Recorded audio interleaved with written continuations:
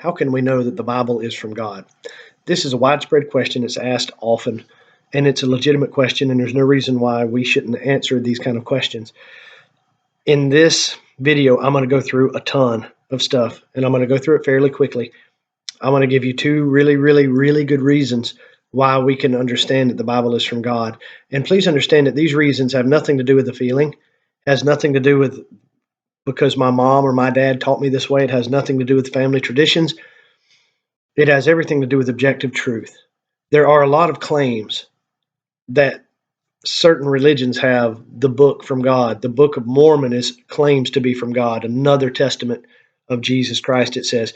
The book of the Quran, the Islamic faith book, claims to be from God. There are many others of various religions that make the claim. The Bible also makes the claim.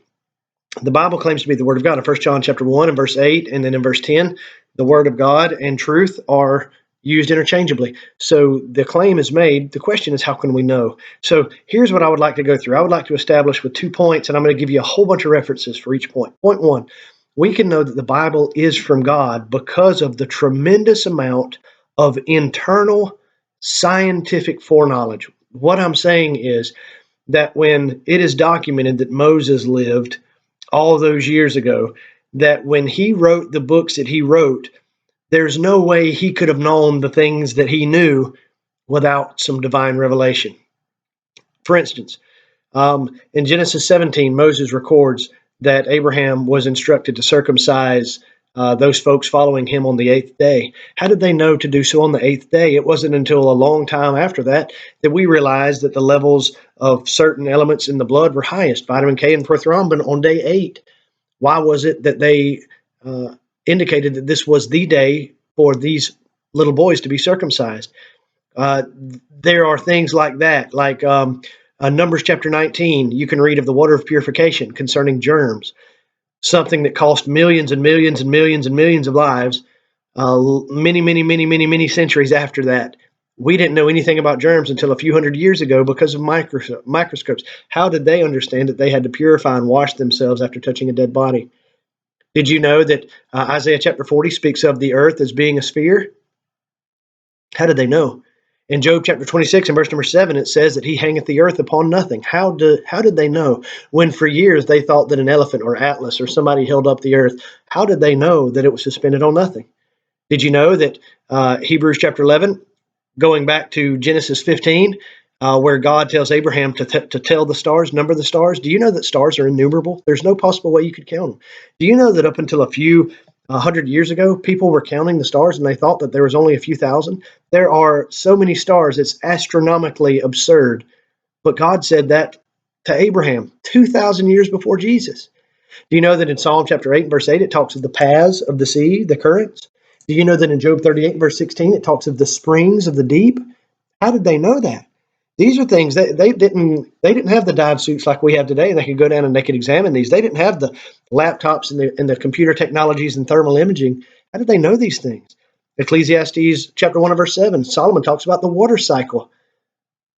We just figured these things out a few hundred years ago. What about Genesis 7? As the flood would come upon the earth, it says that the fountains of the great deep, how did they know it was so deep? Do you know that there are parts of the ocean that you could flip Everest upside down and stick it down and it wouldn't stick out of the water? There are trenches and abysses in the ocean that are miles and miles and miles deep. How did we know that? Did you know that in Leviticus 17 and verse 11, Moses would write that the life is in the blood? How did Moses, who lived some 16 centuries before Jesus, how did he know that the life was in the blood when famous people like George Washington had complications here recently, in recent history, had complications because they thought that the problem was in the blood? The Bible said the life is in the blood. So scientific foreknowledge is extremely powerful, and the examples I gave are just the drop in the bucket. Second point, we need to understand that fulfilled prophecies prove the inspiration of God, of the Bible. Deuteronomy chapter 18 says that if a man says something and it does not come to pass, that man did not speak of God. A prophecy is defined as a man saying something and that actually happening after he said it, right? He predicts something that would come, and then it happens. And I'm not talking about some kind of Nostradamus garbage, being very vague and saying something that could fit 1,000 different contexts. These are very, very specific things, and often naming specific names hundreds of years before they happened. I'll give you a few of those. In Genesis chapter 25, it was revealed that Jacob would rule over Esau, that the secondborn would rule over the firstborn, fulfilled in Malachi chapter 1, beginning in verse 2 and 3. You can see it in Romans 9. Paul speaks of this very thing. What about Josiah, who is named 300 years plus before he was ever born, 1 Kings 13, and it was fulfilled in 2 Kings 23. How about the destruction of Jerusalem? Daniel chapter 9, verses 26 and 27, fulfilled by Rome from 66 to 70 AD. Jesus even predicted that during his lifetime. Jesus goes into detail, doesn't he? And even references back to Daniel's prophecy. What about the Babylonian captivity? Jeremiah 25. It was fulfilled exactly as it said it would be. Reference Ezra chapter 1 and verse 1. Regarding the significance of Cyrus being the individual by which that he would restore this or rebuild this temple, over 150 years before he was born, he was mentioned by name. You can see that in Isaiah chapters 44 and 45, fulfilled once again in Ezra chapter 1 and verse 1. These are a drop in the bucket. There are literally hundreds of Old Testament prophecies that were spoken of, documented in writing form, hundreds of years before they came to pass, before they were fulfilled. And that, again, is proof. There is no divining of future outside of God's revelation. It doesn't happen. It can't happen. So when we objectively, honestly consider the internal evidence and the scientific foreknowledge, and we understand and we objectively consider the fulfilled, not just one fulfilled prophecy, hundreds and hundreds and hundreds of fulfilled prophecies in great detail, we could say that the Bible is from God. We can use this same standard, and we could show that the Book of Mormon is a lie. We can use this same standard and show that the Quran is a lie.